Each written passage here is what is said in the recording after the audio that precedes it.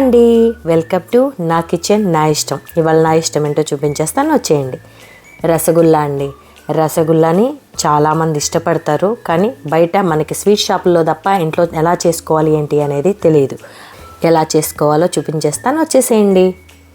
ముందుగా నేను లీటర్ పాలు తీసుకున్నానండి. పాలని చక్కగా విరక్కొట్టుకోవాలి. యాక్చువల్గా మీకు నిజం చెప్పాలి అంటే ఈ స్వీట్ చేయడం కోసం నేను పాలు విరక్కొట్టలేదండి, పాలు విరిగినాయి. వేస్ట్ చేయడం ఇష్టం లేక ఇలా రసగుల్లా చేసుకున్నాను అనమాట. మీరు కూడా పాలు ఎప్పుడన్నా విరిగిపోతే పారిపోయకుండా ఇలా కూడా చేసుకోవచ్చు. కొంచెం పాలు విరిగినాయి అనిపించింది అనుకోండి, అందులో కొంచెం నిమ్మకాయ పిండేసి కొంచెం బాగా కలపండి, చక్కగా విరుగుతాయి. విరిగిన తర్వాత ఈ విధంగా వడకట్టుకోండి. దాంట్లో వేడి మొత్తం పోయే వరకు చక్కగా మళ్ళీ ఆ ఫ్లేవరు వాసన అంతా పోయే వరకు మీరు చక్కగా మళ్ళీ చన్నీళ్ళు పోసుకొని అది మొత్తం కడిగేసేయండి. మనకి ఇరిగిన వాసన అది ఏమీ ఉండకుండా చక్కగా ఉండడం కోసం, చక్కగా పొడి పొడిలాడటం కోసం, ఆ స్మెల్ గిల్లు ఏమి లేకుండా ఉండడం కోసం మొత్తం కొంచెం చన్నీళ్ళు పోసి ఆ విధంగా కడగండి. కడిగేసి నీళ్ళన్నీ పోయే వరకు ఇందులోనే జల్లెల్లోనే ఉంచి పైన బరువు పెట్టండి, లేదంటే ఏదైనా క్లాత్లో వేసి గట్టిగా వాటర్ అంతా పిండేసేయండి. నేనైతే ఇలా పెట్టేసేసానండి, పైనుంచి ప్రెస్ చేసుకున్నాను, మొత్తం వాటర్ వెళ్ళే వరకు ఉంచుకున్నాను అనమాట. ఇది మొత్తం మనకి దగ్గర అయ్యే వరకు మనం వేరే ప్రాసెస్ చేసుకుందామండి. చక్కగా పొయ్యి మీద ఒక గిన్నె పెట్టుకొని 1 కప్పు షుగర్కి నేను 2 కప్పులు నీళ్ళు పోసానండి. యాక్చువల్గా ఇది ఒక పాకం, ఇలా పట్టి తర్వాత మళ్ళీ వేరే టిక్ పాకంలో కూడా వేసుకోవచ్చు. బట్ నేను అది చేయలేదు, మీకు చూపించలేదు. చెప్తాను మీరు ఎలా చేసుకోవాలో చేసుకుందరు. కానీ మనకి రసగుల్లా అనేది స్వీట్గా చప్పగా ఉండాలి అంటే ఫస్ట్ ఈ వాటర్లో వేయాలండి. మనం ఒక 1/2 కప్పు షుగర్ వేసి లేదా కప్పు షుగర్ వేసి 2 కప్పులు నీళ్ళు పోసేసి బాగా కొంచెం ఎక్కువ నీళ్ళు పోసేసి షుగర్ అంతా కరిగే వరకు మరగనివ్వండి. వాటిని షుగర్ అంతా కరిగే వరకు ఈ విధంగా తిప్పుకుంటూ ఉండండి. ఎప్పుడైనా ఇంట్లో మనకి సహజం అండి, పాలు బయట పెట్టి మర్చిపోతుంటాము. అలా అవుతుంటే ఇరిగిపోయినప్పుడు వాటిని పడేయకుండా, నేనే చాలాసార్లు పడేసేదాన్ని, అలా పడేయకుండా చక్కగా ఈ విధంగా చేసుకుంటే అందరూ చాలా ఇష్టంగా తింటారు. నాది అదంతా వాటర్ అంతా ఇంకిపోయిందండి. వాటర్ అంతా పోయిన తర్వాత అంటే మొత్తం ఇదైపోయిన తర్వాత ఇరిగిపోయిన పన్నీర్ని ఈ విధంగా ప్రెస్ చేస్తూ ఉండాలండి. చూస్తున్నారు కదా, చాలా మెత్తగా అవ్వాలండి. అది కొంచెం టైం పడుతుంది, ఒక 5 నుంచి 10 నిమిషాల దాకా అవుతుంది. మీరు కొంచెం ఓపిక్గా కొంచెం మంచిగా ఓపిక్గా దీన్ని చక్కగా ఇలా చూసారు కదా, చేత్తో ఈ విధంగా మొత్తం స్మాష్ చేయాలండి. మెత్తగా వచ్చే వరకు మనకి చక్కగా ఇలా అంటూ ఉండాలండి. మనకి విరక్కుండా ఉండాలి అంటే మెయిన్ ప్రాసెస్ ఇదేనండి.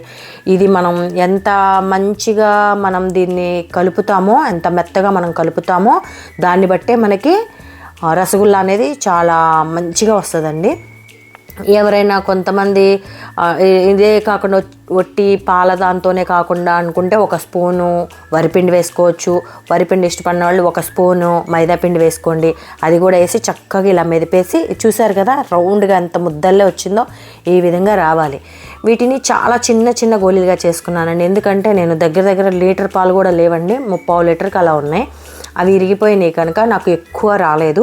దాన్ని నేను చక్కగా చిన్నవి చేసుకున్నాను. మనకు ఆ షుగర్ నీళ్ళల్లో ఉడికినప్పుడు కొంచెం ఉబ్బుతాయండి, అందుకని నేను చాలా చిన్నవి చేసుకున్నాను. మీరు కావాలి అంటే వీటిని పెద్ద ఉండలుగా కూడా చేసుకోవచ్చు. కాకపోతే ఆ షుగర్ వాటర్ అనేది ఇది మునిగేంత వరకు ఉంటే చాలా బాగుంటుందండి. అలా చూసుకోండి. వెల్లడిపు పంటిది కాకుండా కొంచెం లోతుగా ఉన్న దాంట్లో షుగర్ నీళ్ళు ఎక్కువ ఉండేలాగా చూసుకొని చేయండి. నేనైతే కొంచెం వెల్లడిపుగా ఉన్న దాంట్లో చేశాను. అలా కాకుండా మీరు అలా చేస్తే ఇవి చక్కగా ఇంకా పొంగుతాయి, కొంచెం ఉబ్బుతాయి అన్నమాట. నాకు ఆ కొంచెం పిండికి 14 అయ్యాయండి. చూస్తున్నారు కదా, ఈ విధంగా చక్కగా ఉండలు చుట్టుకోవాలి. మీకు కొంచెం కావాలి అంటే వరిపిండి వేసుకోండి, ఆ పిండిని ఇట్లా స్మాష్ చేస్తున్నప్పుడే. లేదు అంటే మైదా పిండి వేసుకోండి. నేనైతే ఏమీ వేయలేదు, అంటే మీకు స్మూత్నెస్ రావడం కోసం మీకు చెప్తున్నాను అనమాట. నాకైతే 14 ఉండలు అయితే అయిపోయాయండి చక్కగా. తర్వాత ఈ షుగర్ వాటర్ మరుగుతున్నప్పుడు ఇందులోనే కొంచెం యాలకుల్ని షుగర్లో వేసి పౌడర్ అల్లే చేశానండి.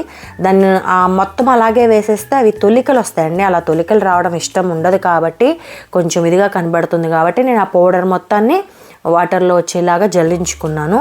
తర్వాత ఆ నీళ్లు మరుగుతున్నప్పుడు మనం ముందుగా చేసి పెట్టుకున్న రసగుల్లాలు ఉన్నాయి కదండి, ఉండలు, ఆ పచ్చి ఉండల్ని అందులో వేసుకోండి. ఇక్కడ నేను చేసిందంటే ఏమీ లేదండి, పాలు విరిగిపోయినాయి. విరిగిపోయిన పాలని పారేయకుండా ఈ విధంగా చేసుకున్నాను అనమాట. కొంచెం చూడటానికి బాగుంటుంది, తినటానికి బాగుంటుంది, డిఫరెంట్గా ఉంటుంది. ఎక్కువ టైం కూడా పట్టదండి మనకి. టైం వల్ల అది కొంచెం స్మాష్ చేయడానికే టైం పడుతుంది. నేను ఒట్టిది చేశాను కాబట్టి కొంచెం టైం పట్టింది. లేదంటే మీరు అందులో కొంచెం ఒక స్పూన్ వరిపిండి కానీ, లేదు అంటే మైదాపిండి, ఏదైనా ఒకటేనండి, 2 వేయొద్దు. వేసి చక్కగా స్మాష్ చేసుకొని కొంచెంసేపు ఒక 10 నిమిషాలు నీళ్ళల్లో, షుగర్ నీళ్ళల్లో మరగనివ్వండి. చూసారు కదా, ఇందాక వైట్గా ఉన్నవి కలర్ కొంచెం చేంజ్ అయ్యాయి. చక్కగా యాలకుల వాసన వస్తుంది, యాలకుల పౌడర్ వాసన, షుగర్ వాసన, అలాగే మనకి చక్కగా రసగుల్లా అయితే రెడీ అయిపోయిందండి. చూస్తున్నారు కదా, ఈ విధంగా మీరు కూడా ఇంట్లో చేసుకోండి. చాలా సింపుల్ అండి, టక చేసేసుకోవచ్చు. బయట నుంచి వాళ్ళు ఎలా పడితే అలా మిగిలిపోయిన పాలు ఎలా ఉన్నా ఏమో ఎలా చేస్తారని మనం చూడండి, మనం చెప్పలేం కదా, ఒకళ్ళని మనం అనకూడదు. మనకి చేతైనంత వరకు మనం ఇంట్లోనే చేసి పెట్టుకోవాలి. నేనైతే ఈ విధంగా రసగుల్లా చేశాను. వేస్ట్ అయిపోయిన పాలని పడేయకుండా ఈ విధంగా రసగుల్లా అయితే చేశాను. చాలా అంటే చాలా అద్భుతంగా వచ్చింది. మీరు కూడా ఒకసారి ఇంట్లో ట్రై చేయండి. ఎలా ఉందో నాకు ఒక కామెంట్ చేయండి. మీరు ట్రై చేసిన తర్వాత టేస్ట్ బాగా నచ్చితే నాకు ఒక లైక్, కామెంట్ అనేది కంపల్సరీ అండి. ఒక సబ్స్క్రైబ్ కూడా చేసుకోండి. ఎందుకంటే నేను ఇంట్లో ఇలా ఏ విధంగా ఏమేమి చేస్తానో అవి మీకు చేసి పెడుతున్నాను. మీకు కనుక నచ్చితే నా ఛానల్ని సపోర్ట్ చేయండి. చూస్తున్నారు కదా ఎంత కలర్ఫుల్గా, ఎంత యమ్మీగా ఉన్నాయో. తింటే కూడా అంతే యమ్మీగా ఉన్నాయి. ఇంకెందుకు ఆలస్యం, మీరు ట్రై చేసేయండి.